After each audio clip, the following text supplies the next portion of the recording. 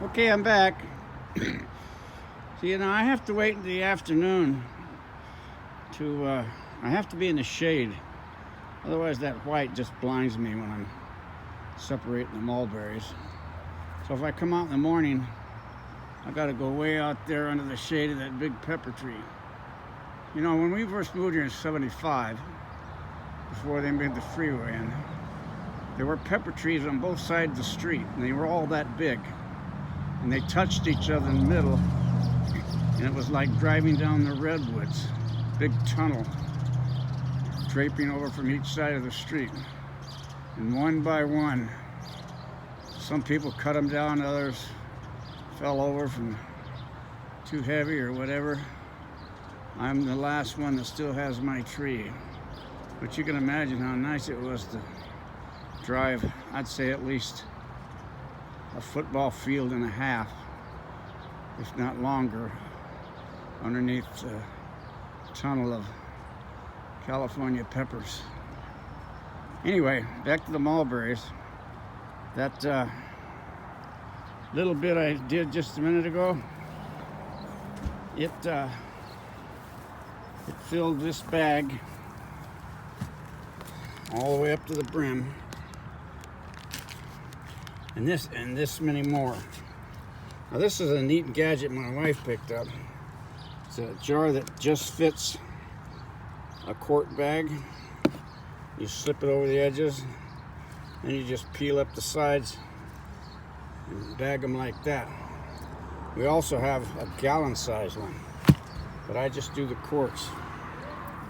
Now this is the berries from the second picking, and this is a labor of love because you have to hand pick each mulberry. So each mulberry that I eat or the girls eat or freeze and put in ice cream or whatever, they're all individually picked, one berry at a time. Of course, I put my hand out there, and on my other hand I fill up about 5 or 6 at a time. So it doesn't take forever to go through these, but it's a great labor of love. And every once in a while, if you're watching me, you'll see me eat. I'm here talking there. You'll see me eat one. See the color of this is, one side is kind of dark. And now my son-in-law Jim Neff, his brother Mike Neff, he likes them even when they're not ripe. So every once in a while you'll see me eat one. Just to keep in touch of what colors to keep and what to throw away. Like that red one right there definitely would not go into the pile, but I eat them just the same. So if you're ever watching me, you'll see me there. Isn't that beautiful? Look at that. And that little bit of red on that one, that's going in the jar. But these are just beautiful mulberries. But it's a labor of love. Each one that gets in there has all been picked one at a time off the table and into the jar. Sealed into the bag and given to the kids that way.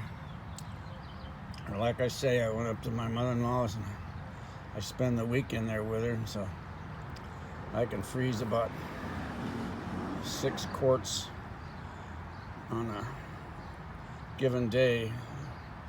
I did like 16 of them that one day, but because I spent the whole weekend up there.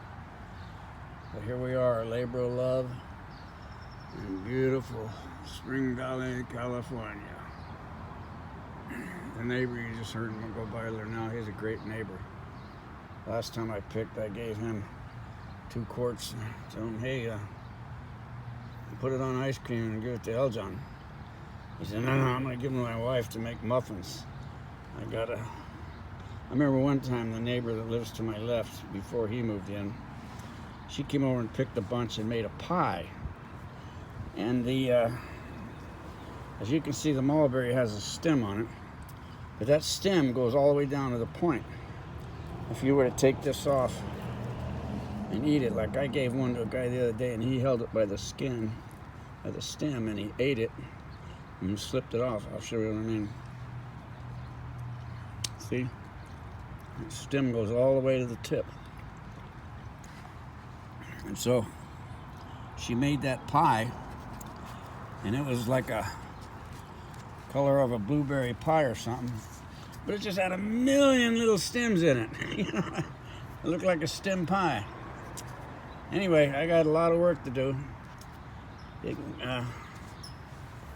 Like I say, if I start at this end, and it takes me about 4 hours to go around the tree to that other end and then come back down this side. You can see how you got to plant these where you don't worry about, see all the purple stains on the driveway, but they go away in, you know, a day or two. I could squirt it with a hose and they'd almost all go away. But anyway, they go away eventually. But then I come back down this side all the way to the point. You can see how there's mulberries hiding all through here.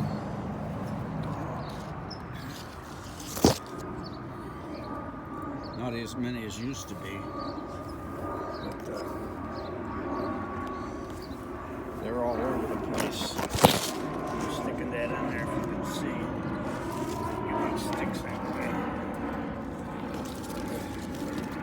I won't have time today to finish them off, but you got to do them before the season goes along, because when the leaves get dry, then all along here you get the little pieces of leaves, like you can see right there, that little piece of leaf. And later on in the season, these little leaves, well, that's actually a stem right there, but little chips of dried leaves stick to the mulberries, and I have to blow them off so that keep them clean. And we're all in the family, COVID or not. They don't mind my blowing them off. Well, see you later. I gotta go.